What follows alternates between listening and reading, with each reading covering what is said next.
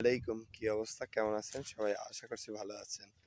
Recently আমরা যে গ্রামে যারা থাকি তাদের যে মানে উৎস ইনকামের উৎস হচ্ছে পান।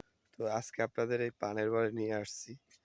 তো এই পানের বরের গল্প বলতে গেলে বলতে পারেন এক সময় এই পানের বর থেকে মানুষ কোটিপতি হয়েছে, আবার হয়ে গেছে।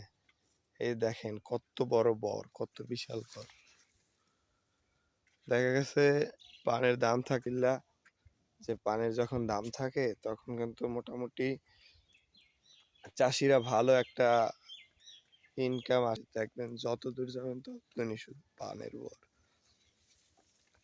চাষিরা কিন্তু যখন আপনার পানের বর যে দেখতেছেন, এই পানের বরে যখন থাকে দাম থাকে তখন কিন্তু ভালো একটা অ্যামাউন্ট পেয়ে থাকে।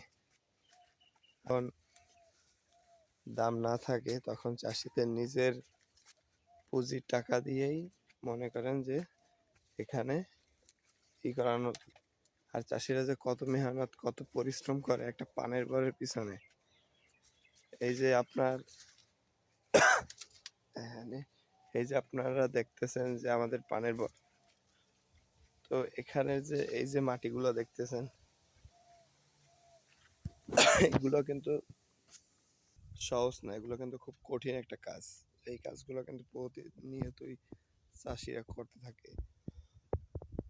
তারপরে এই যে পান গাছগুলো কিন্তু ছোট থাকে, যখন একটু বড় হয় উপরে ওঠে, ওগুলো কিন্তু আবার নিচে নামাই দিতে হয়। সবাই ভালো থাকবেন, সুস্থ থাকবেন, দেখা হচ্ছে কোনো নেক্সট ভিডিওতে। আলহামদুলিল্লাহ।